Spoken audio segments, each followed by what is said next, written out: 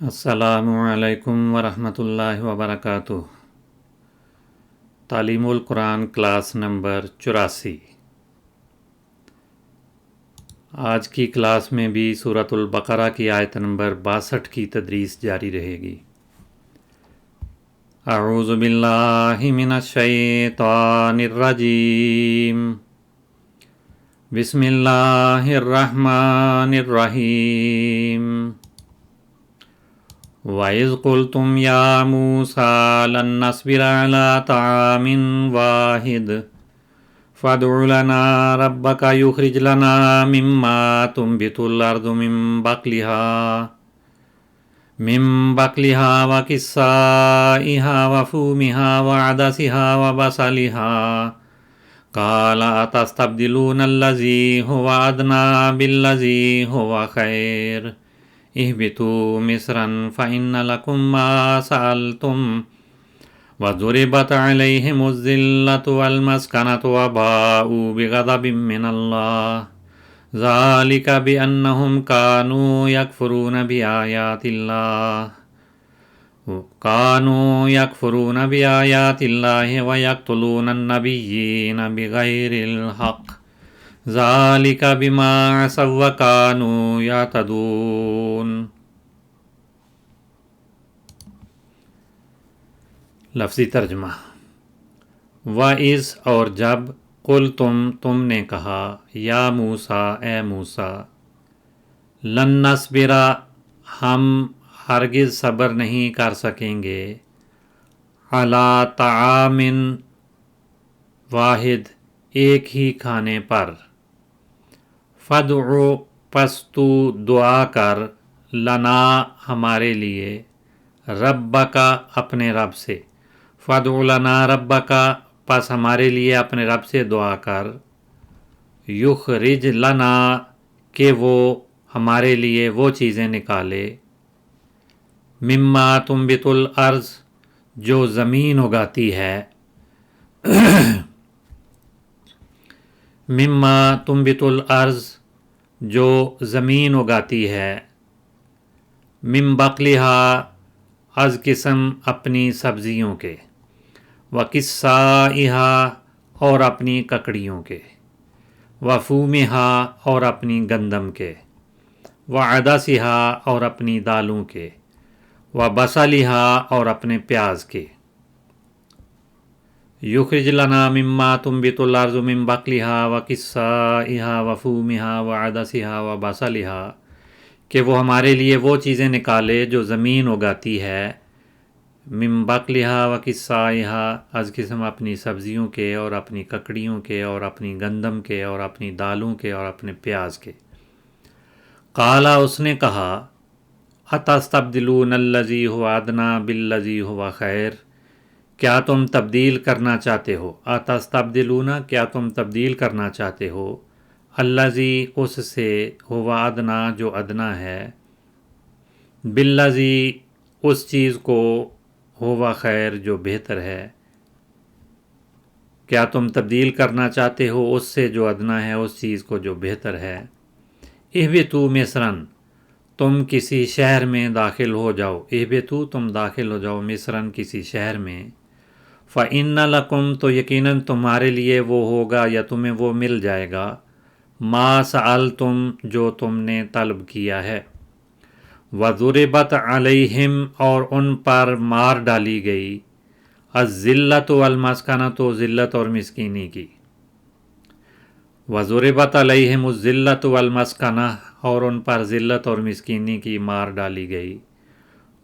اور باءوا وہ لوٹے، بغضب غضب لے کر، من اللہ اللہ کا، وباءوا بغضب من اللہ اور وہ اللہ کا غضب لے کر لوٹے، ذالک یہ ہوا، بأنہم اس لیے کہ وہ، کانوا یکفرون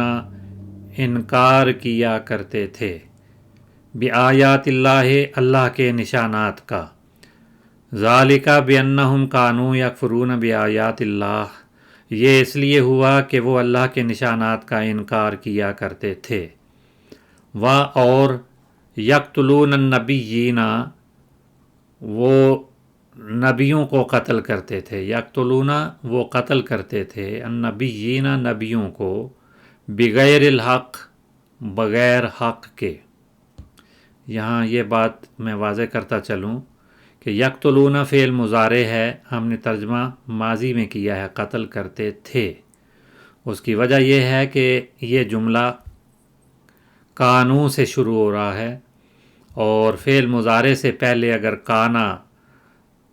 کا فعل آ جائے، یہ فعل ناقص کہلاتا ہے، تو اس صورت میں ماضی استمراری والے معنی بنتے ہیں۔ فعل مضارع میں چونکہ حال اور مستقبل دونوں ہوتے ہیں، تو حال کا معنی یعنی کام جو جاری ہو، اور کانا کی وجہ سے ماضی میں جاری بات کے لیے یہ ترکیب استعمال ہوتی ہے۔ تو کانو یکفرون وہ انکار کیا کرتے تھے، ترجمہ بنے گا، ماضی میں چلا جائے گا معنی، اور ماضی میں بھی وہ کام جو جاری ہو، جسے اردو میں ماضی استمراری کہتے ہیں۔ تو استمرار یعنی اس کا جاری رہنا بیان ہوتا ہے۔ تو یکفرون پر ہی یقتلون عطف ہے، اس سے پہلے بھی اسی کانو کا عمل ہے، کانو کا مفہوم موجود ہے، تو اس وجہ سے اس کا ترجمہ بھی اسی کے مطابق ہم کرتے ہیں، قتل کیا کرتے تھے یا قتل کرتے تھے۔ النبیین انبیاء کو، بغیر الحق ناحق، ذالکا یہ ہوا، بما اس لیے کہ عصوا انہوں نے نافرمانی کی، وَكَانُوا يَعْتَدُونَ اور وہ حد سے تجاوز کیا کرتے تھے۔ ذَلِكَ بِمَا عَصَوْا وَكَانُوا يَعْتَدُونَ، ہاں یہ اس لیے ہوا کہ انہوں نے نافرمانی کی اور وہ حد سے تجاوز کیا کرتے تھے۔ اس آیت کا ابتدائی حصہ پہلے ہم مکمل کر چکے ہیں۔ آج ہم وَضُرِبَتْ عَلَيْهِمُ الذِّلَّةُ وَالْمَسْكَنَةُ اس سے آغاز کریں گے۔ ضربت فعل ماضی مجہول ہے، واحد مؤنث غائب کا صیغہ ہے، اور اس کا نائب فاعل جو ہے وہ الذلۃ والمسکنہ دونوں نائب فاعل بن رہے ہیں۔ ان کو حرف عاطف کے ذریعے جوڑا گیا ہے، الذلۃ معطوف علیہ ہے اور واو حرف عاطف ہے، اور المسکنہ تو معطوف یا عاطف ہے، تو یہ دونوں نائب فاعل بن رہے ہیں۔ الذلہ کی بحث ہم پڑھ چکے ہیں، واو حرف عاطف ہے، اور المسکنہ تو مسکینی، اس پہ جو رفع ہے، آخری حرف کی حرکت جو ضمہ ہے وہ رفع کی علامت ہے، تو یہ مرفوع کیوں ہے؟ یہ اس وجہ سے کہ زور بط کا نائب فاعل بن رہا ہے، تو نائب فاعل ہے اور مرفوع ہے۔ اس کی اپنی حیثیت یہ ہے کہ یہ اسم ہے اور واحد مؤنث کا صیغہ ہے۔ مسکنہ اس کا مادہ سین کاف نون ہے، میم زائد ہے اور آخر میں گول تا بھی زائد ہے۔ اس کے معنی غربت اور ناداری کے ہوتے ہیں، عاجزی کے لیے بھی یہ لفظ آتا ہے، بدحالی بیچارگی کے معنوں میں بھی آتا ہے، فقر، ضعف، دنیا طلب کرنے کی خواہش، یہ سارے جو مفہوم ہیں وہ مسکنہ سے لیے جا سکتے ہیں۔ تو اس کا مادہ سین کاف نون ہے، ساکانہ فعل ماضی بنتا ہے، اور اس کے ساتھ ساکانہ الہ کا صلہ بھی آتا ہے، فی کا صلہ بھی آتا ہے۔ ساکانہ الہ، ساکانہ فی، جب صلہ تبدیل ہوتا ہے تو معنی بھی کچھ مختلف ہوتے ہیں۔ اس کا فعل مضارع یسکونو آتا ہے، یعنی عین کلمہ فعل مضارع میں مضموم ضمہ کے ساتھ آتا ہے، ماضی میں فتح کے ساتھ اور فعل مضارع میں ضمہ کے ساتھ۔ تو یہ خاصیت باب نصر کی ہے، نصر ینصر اسی وزن پہ آتا ہے، تو اس وزن میں آنے والے تمام مادے جو ہیں ان کا باب نصر ینصر کہلاتا ہے۔ اور اس کا سکنہ کا مصدر سکونن آتا ہے، سکینتن بھی آتا ہے۔ اس سے اسم فاعل بنائیں تو ساکن بنتا ہے، ساکن ٹھہرنے والا، رہائش کرنے والا، اور اگر مختلف معنی ہیں تو وہی معنی اس میں ساکن میں بھی شامل ہو جائیں گے۔ اسم مفعول اس سے مسکون بنتا ہے، مسکون الیہ، تو ساکنہ یسکن کے معنی بنیں گے رہنا، رہائش اختیار کرنا، آباد ہونا۔ وباؤ بغضب من اللہ، و حرف عاطف ہے، باؤ اس نے پہلے جملے کو اس جملے کے ساتھ جوڑا ہے اس حرف عاطف نے، تو یہ جملہ جو ہے وہ معطوف کہلائے گا، اور اس سے پہلا جملہ جو ہے وہ معطوف علیہ کہلائے گا، درمیان میں حرف عاطف ہے۔ تو باؤ فعل ماضی ہے، فعل ماضی معروف، اور اس میں ضمیر جمع مذکر غائب موجود ہے جس کا ترجمہ ہم وہ کا کرتے ہیں۔ باؤ وہ لوٹے، و باؤ اور وہ لوٹے، بغضب من اللہ اللہ کا غضب لے کر۔ تو باؤ اس کا مادہ با واو حمزہ ہے، لیکن ماضی میں واو الف میں تبدیل ہو جاتا ہے، تو با فعل ماضی بنے گا، اس کے ساتھ صلہ با کا آتا ہے، با بے غضب، جیسے یہاں با آیا ہے۔ یبو فعل مضارع ہے، تو یہ بھی باب ناصرہ ینصرو سے ہے، کیونکہ اس میں ماضی میں تو حرکت ظاہر نہیں ہو رہی، واو الف میں تبدیل ہو گیا ہے، لیکن فعل مضارع میں درمیان والے حرف پہ ضمہ تھی جو اس سے پہلے حرف پر ما قبل حرف پر منتقل ہو گئی۔ یب وہ او اصل میں تھا، لیکن وہ واو کی جو ضمہ ہے وہ با پہ منتقل ہو گئی اور واو ساکن ہو گیا، تو یبو او یہ پڑھا جاتا ہے۔ اور اس کا مصدر بو ان، بو ان، بوا ان مختلف مصادر آتے ہیں، اور اس سے اسم فاعل جب بنائیں تو فاعلن کا اصل وزن ہوتا ہے، لیکن حرف علت بھی اس میں موجود ہے، حمزہ بھی موجود ہے، تو اس میں تبدیلیاں ہو کر با ان اس کا اسم فاعل بنے گا۔ جو آخر میں حمزہ ہے وہ تو تبدیل ہو کے گر گیا، اور جو اس سے پہلے واو تھی جو الف میں تبدیل ہو گیا، تو وہ بعد میں حمزے میں تبدیل ہو کر با ان اسم فاعل بنے گا، اور اسم مفعول بنے گا مبوءن۔ یہ اس میں بھی ایک واو جو ہے وہ ضمہ کے ساتھ ہے، ایک ساکن ہے، تو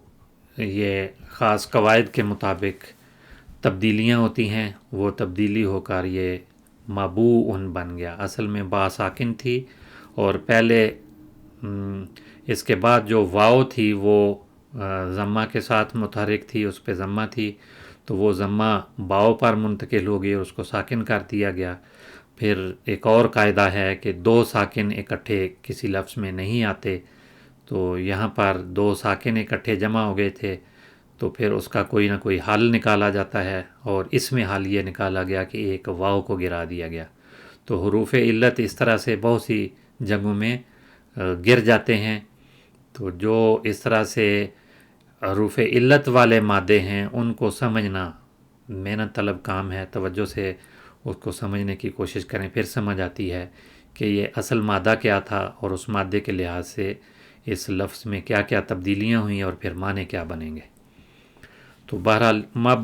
مبوءن اس کا اسم مفعول ہے، اس میں ایک واو جو ہے وہ گری ہوئی ہے، اور مبوءن بہی جیسے اس کا صلہ با آتا ہے، تو اسم مفعول کے ساتھ بھی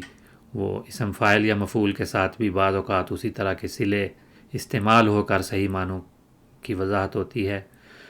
تو یہ مادہ با یا بو جو ہے اس کے معنی لوٹنے کے ہوتے ہیں۔ با بما علیہ، اس کے معنی ہیں بوجھ اٹھانا یا برداشت کرنا،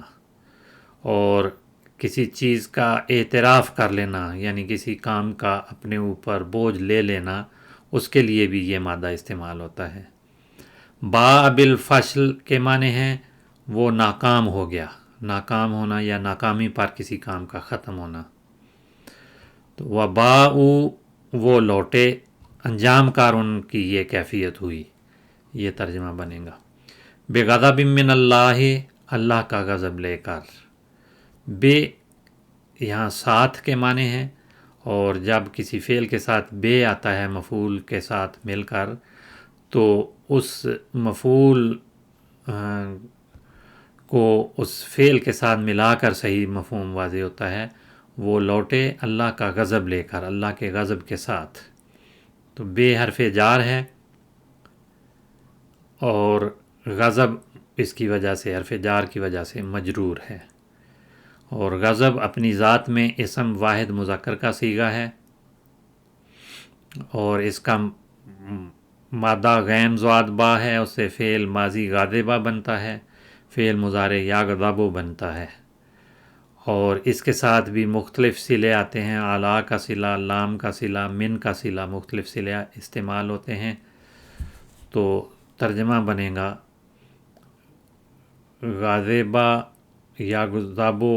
کسی پر غصے ہونا، ناراض ہونا یا انتقام کا ارادہ کرنا، اس کا مصدر غضباً آتا ہے، اور جب غاضباً استعمال ہو غین زواد کی کسرہ کے ساتھ ہوا غاضبن، مذکر کے لیے غاضبن اور مؤنث کے لیے غاضبۃن،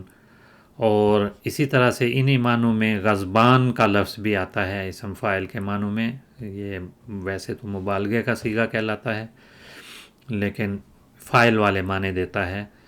اور غضبان کی مؤنث غضبانۃ آتی ہے، اور جمع مذکر کے لیے غضاب کا لفظ استعمال ہوتا ہے، اور غضبانۃ کی جو مؤنث کی جمع ہے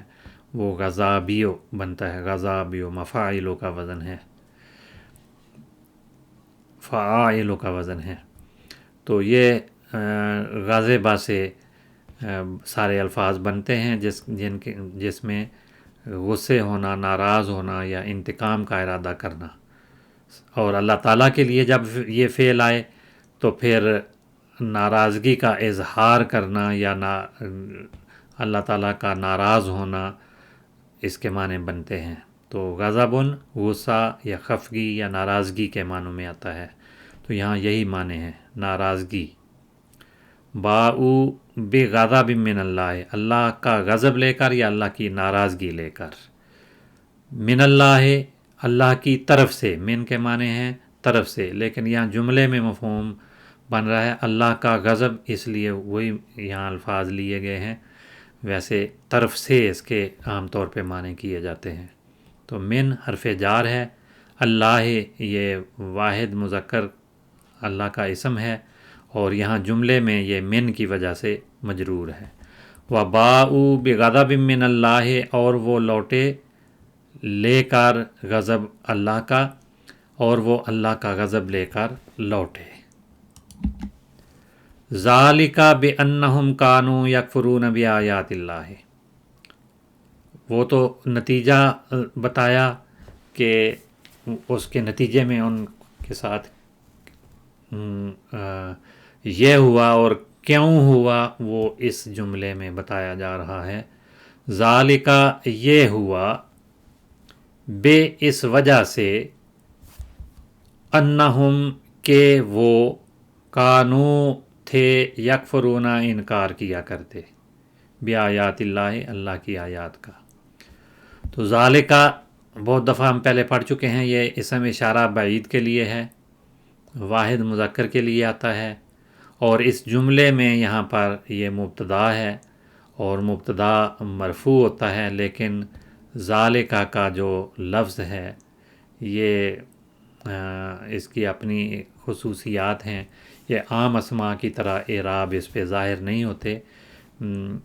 یہ عام طور پہ مبنی ہوتے ہیں، لیکن بعض صیغے جو ہیں وہ معرب بھی کہلاتے ہیں، اور ان میں خاص علامات ہیں اعراب کی، ان اعراب وہ تثنیہ اور جمع کے صیغے میں عام طور پہ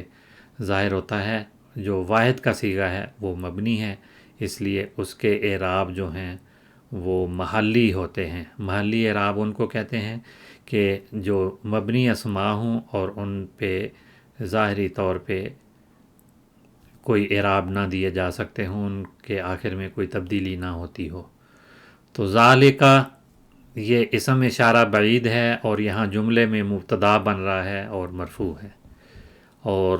بِأَنَّهُمْ كَانُوا يَكْفُرُونَ بِآيَاتِ اللَّهِ، یہ پورا جملہ جو ہے یہ خبر بن رہا ہے اس مبتدا کی، اور بے جو ہے وہ حرف جار ہے.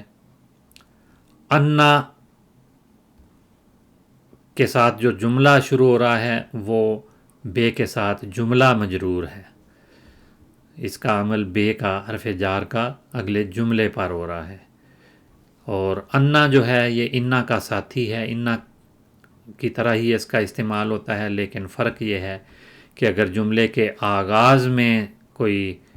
یہ مفہوم لانا ہو تو پھر انا آتا ہے، لیکن اگر جملے کے درمیان میں یہ آ جائے تو انا آتا ہے. یہ فرق ہے، معنی اور استعمال کے لحاظ سے کوئی فرق نہیں ہے. انا کے معنی ہیں کہ، یقیناً تاکید کے لیے یہ لفظ آتا ہے، تو انا بھی تاکید کے معنی دیتا ہے، انا بھی تاکید کے معنی دیتا ہے. اور جملے میں چونکہ وہ تاکید والا مفہوم تھوڑا سا کہنا مشکل ہو جاتا ہے، اس وجہ سے صرف کہ کا ترجمہ کر کے آگے ہم چلتے ہیں. ذالک بِأَنَّ، یہ اس لیے ہوا کہ، یہ حرف مشبہ بالفعل ہے، اور حروف مشبہ بالفعل کا عمل ہم پہلے پڑھ چکے ہیں کہ یہ اپنے اسم کو، جو اس کے بعد جملہ آتا ہے جملہ اسمیہ ہوتا ہے، تو اس میں جو اسم ہوتا ہے وہ ان حروف کا اسم کہلاتا ہے اور اس پہ نصب آتی ہے اگر وہ مبنی نہ ہو. مبنی ہو تو پھر بھی نصب ہوگی، لیکن وہ محلی اعراب کہلائیں گے. اگر ظاہر اسم ہو تو اس کے آخر میں فتح یا نصب کی جو دیگر علامات ہیں وہ آئیں گی. ان اللہ، اگر اللہ کا لفظ ہو تو ہا پہ فتح آئے گی. تو انہم، کہ یقیناً وہ، یہ ضمیر ہے، جمع مذکر غائب کا صیغہ ہے اور اس میں انا بن رہی ہے. یہ ضمیر اس میں انا ہمیشہ منصوب ہوتا ہے، تو یہ محلی طور پہ منصوب ہے. کانو، یہ فعل ناقص ہے اور اس کے اندر ضمیر جمع مذکر غائب موجود ہے، اور یہ جملہ جو ہے کانو سے شروع ہونے والا، کانو یکفرون بآیات اللہ، یہ جملہ جو ہے یہ خبر انا بن رہا ہے. لیکن کانا سے ایک نیا جملہ بھی شروع ہو رہا ہے، اور اس جملے میں کانا جو ہے وہ فعل ناقص کے طور پہ استعمال ہوتا ہے، اور اس کے اندر جو ضمیر جمع مذکر غائب کی ہے وہ اس کا اسم بن رہا ہے. کانا کے بعد بھی جملہ آتا ہے جس میں ایک مبتدا اور خبر ہوتے ہیں، اور بعض اوقات فعل کے اندر جو ضمیر ہوتی ہے وہی اس کا اسم ہوتا ہے، اور یہاں بھی یہی صورت ہے. کانو، وہ لوگ تھے، وہ تھے، یکفرون، انکار کیا کرتے، یکفرون، وہ انکار کیا کرتے تھے. یہ ماضی کا معنی کانا کی وجہ سے پیدا ہوا ہے، اور کانو یکفرون مل کر جملہ جو یہ اس کا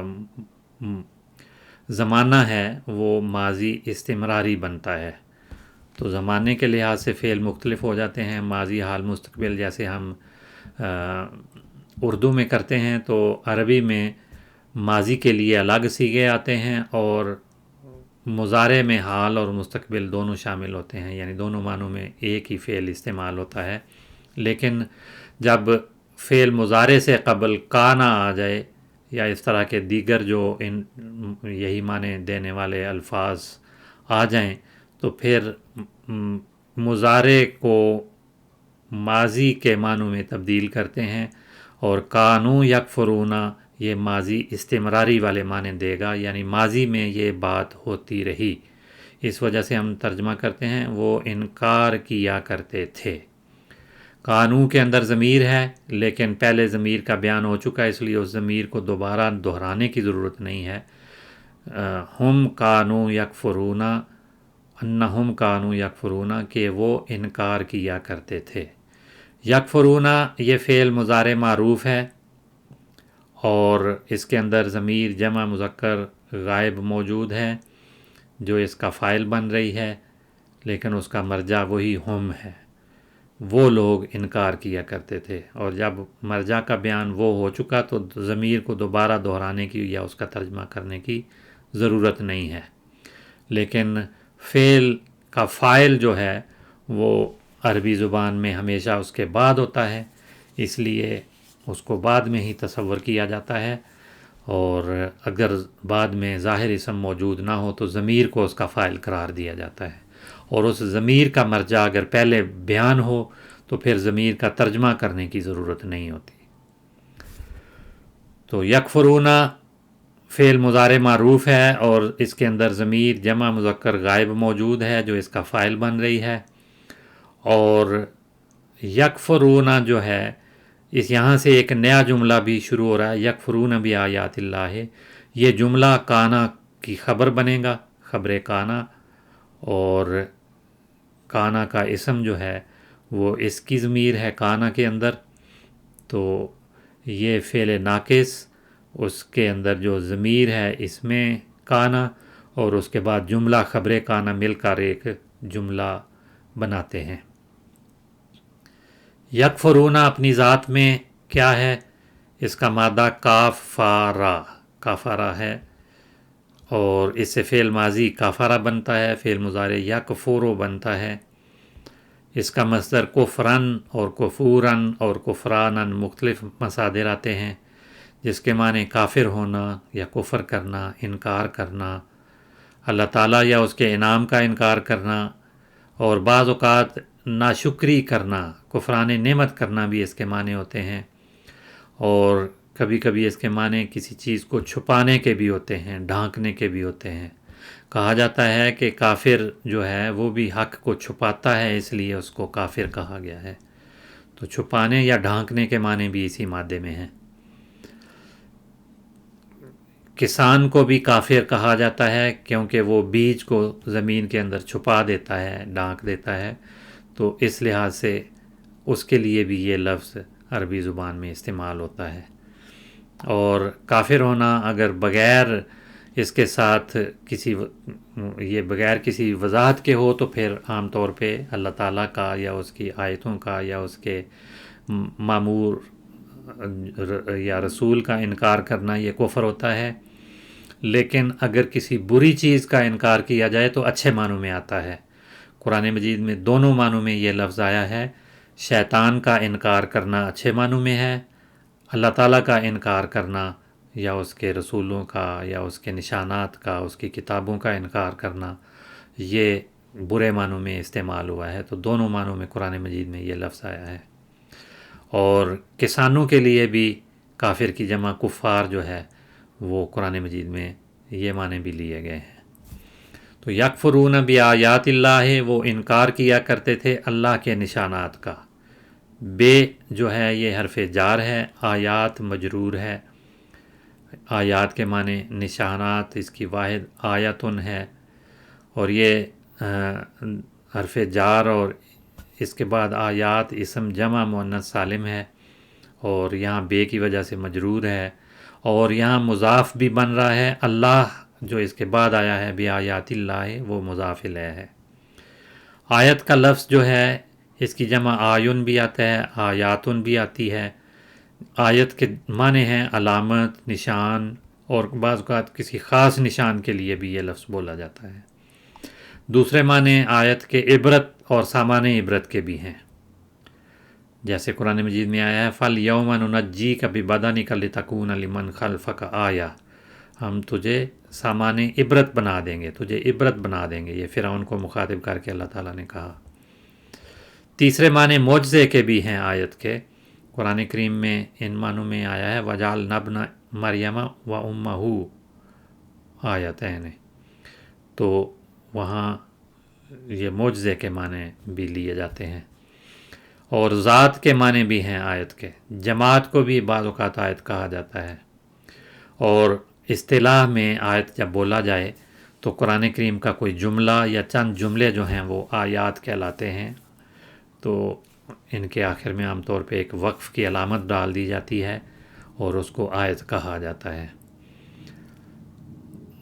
جیسے قرآن مجید میں ہے وَإِذَا بَدَّلْنَا آیَةً مَّكَانَ آیَةٍ،